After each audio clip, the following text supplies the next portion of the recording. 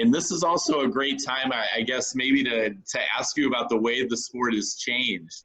You know, even right down to the fact that as a freshman, as you step into high school swimming, you're swimming the 400 freestyle instead of the 500 freestyle. Can you paint a picture for the readers and listeners that might, you know, just about what growing up and swimming in the 70s was like and how the sport was different? Yeah, I really, as I look back, I mean, people point to the 1976 Olympic team as the most dominant U.S. Olympic swimming team, and that didn't happen overnight. I think the early 70s, especially, I think, you know, Mark Spitz in 72 did a lot to kind of boost the sport.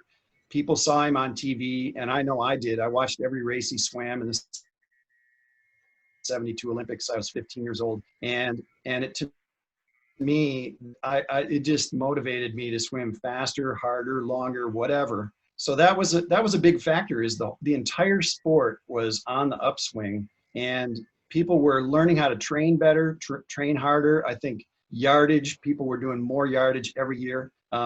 You had people breaking world records in between Olympics, 72, 73, 74. You know, Rick DeMont went under 4 minutes in the 400 meters. That was huge. That was like 1973. And then Tim Shaw went 3:54 the next year. So they're 6 seconds under in just 2 years. Things were just happening like lightning fast back in those years. And I think a lot of it was training, and a lot of it was just talent, young talent coming on the scene. And it was just one after another after another. It really was, as I look back from, you know, 45 years later, it really was an exciting time to be involved in sport. It seems like, and I want to follow up on that real quickly about the training.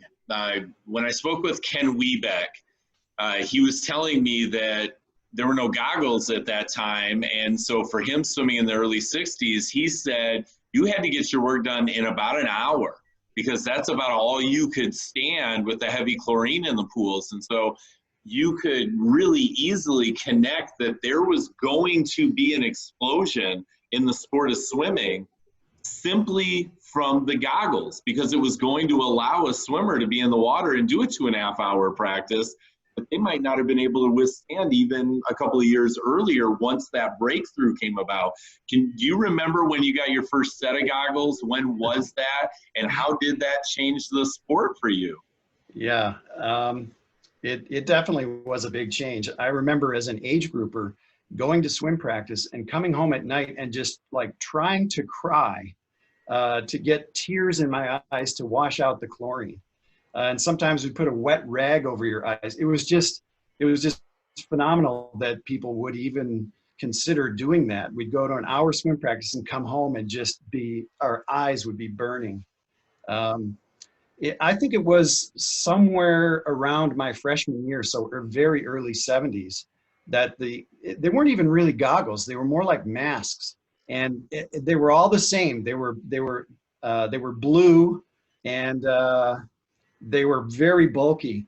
And I remember even in practice, you would strip them off if you really wanted to go fast. You'd like swim a 200, you'd swim a 150 with the goggles on, and then strip off your goggles on the turn so you could go a fast last 50.